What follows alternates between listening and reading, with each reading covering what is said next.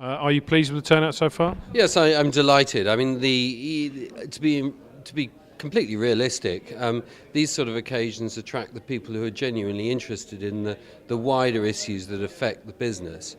Tomorrow we have a meeting with nearly 600 people attending, which is the commercial networking event.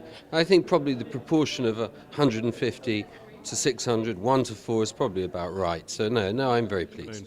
Some general themes from ETOA themselves. One is what's happened to the Japanese tourists, and we've tried to deal with that this morning. And you put up some stats about how attractive that market is, and presumably tour operators will be going after the Japanese market in strength. Well, I think the Japanese market has some very, very discrete, by which I mean dedicated, exclusive to Japan operators working in there. The good news is that I think the Japanese have got a lot more money to spend. They've got about 45% more money than they had in September because the yen has gone up 45%. They are rich. It is an extremely affluent country, and it's an extremely good travelling country. So I think we're looking at really optimistic times for Japan. And this is good news because we need as much optimism and as much good news as we can lay our hands on. Talking of optimism, it's had a general upbeat feel to the conference so far, and most of the speakers have had a positive look on the future, even if they're going to have tough times for the next 6 to 18 months.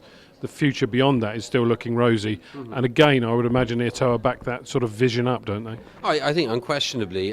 It's a jungle out there, and the jungle's got a lot more frightening with fluctuating currencies, fluctuating stock markets, and varying interest rates. I mean, this isn't easy to make any kind of plans in this environment, but there's real excitement. We're looking at a surging dollar, we're looking at a surging yen, we're looking at the potential for lower airfares across the Atlantic and into Europe. We're looking at potentially a boom time, and I think this is good news. One small little dark spot on the horizon, however, is the problem with border control, the welcome or non-welcome that European visitors get, and ETOA are going to pick that up next year as a major campaign, aren't they? Well, I hope so. I mean, it's really not. I'd like to think it was up to us whether or not governments do something about their borders.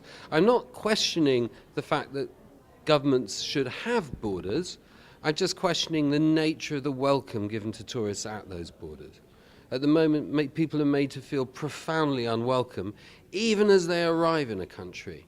They're not actually given anything like a farewell either. And these are the sort of things that countries ought to be looking at urgently if they're interested in attracting the enormous wealth that tourists bring them.